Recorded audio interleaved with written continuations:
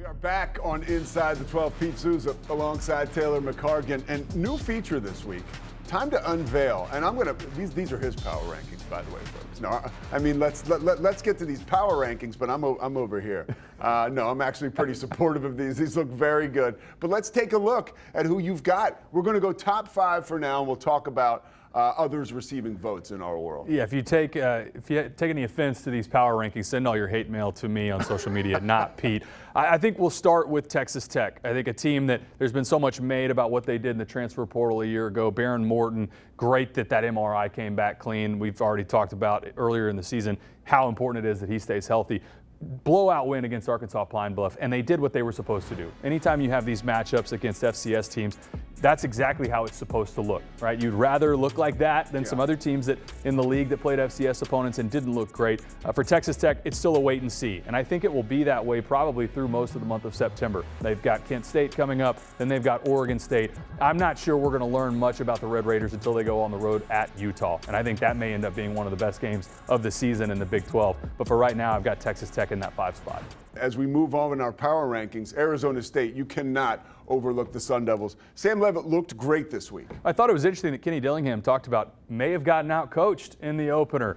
And I think that's probably a motivation tactic for his team. Sam Leavitt looked fantastic, loved his dynamic run. I think you saw an element using his legs that a lot of people forget about. And Arizona State, very similar. I thought in week 1 it was you did what you were supposed to do against a Northern Arizona team that's pretty scrappy, a good FCS team. Now we'll learn a lot about them going on the road at Mississippi State. Preseason ranked towards the bottom of the league in the SEC. Arizona State a favorite in the Big 12.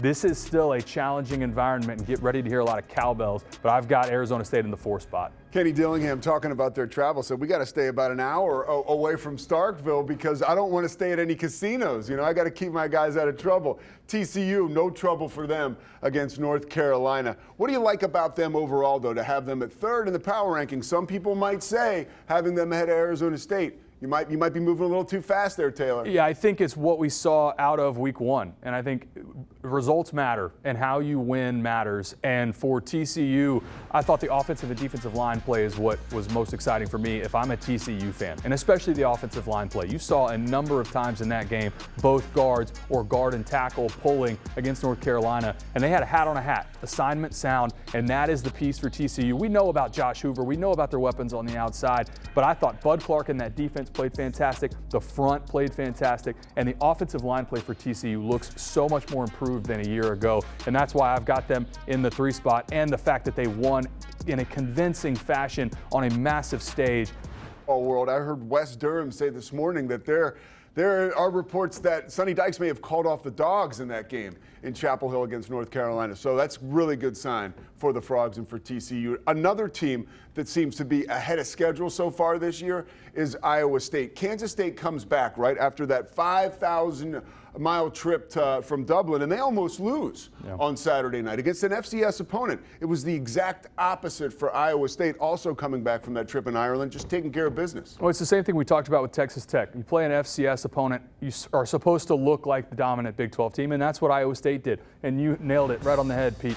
If you play coming back from a 5,000-mile trip to Dublin, is there any sort of hangover? And there wasn't for Iowa State, and I think if you're an Iowa State fan, you're excited about that, and Rocco Beck continues to shine. The veteran signal caller, a guy that I think, and you've seen his name pop up a little bit on social media in the last week or so, I think that's a guy that's playing his way into a little more hype around him. When we talk about the NFL next season, this being his last year at Iowa State, but I think they are firmly in that 1, 2, 3 spot. You could kind of interchange them anywhere in there, but this is a really solid Iowa State team, and I thought it was a great performance against South. Hey, speaking of the hype train, no better opportunity. You got Fox Big Noon Kickoff coming to town ahead of your game against Iowa. That'll be in Ames, and that will be awesome for the entire program and school. All right, you got somebody at number 1?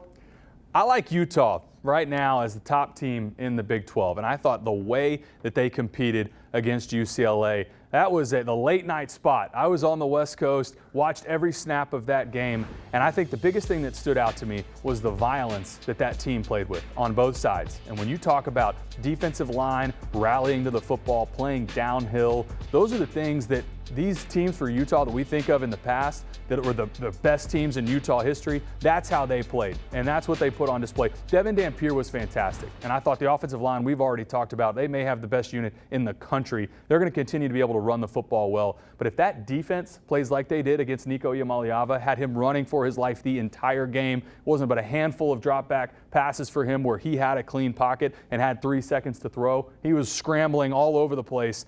I think if Utah is able to put that performance consistently on the field on the defensive side of the ball, I'm not sure that there's anybody in this league that's going to be able to beat them, especially if you have to travel to Utah. All right, let's talk about who missed out on being ranked in your top 5. Kansas State is a conversation you got to have.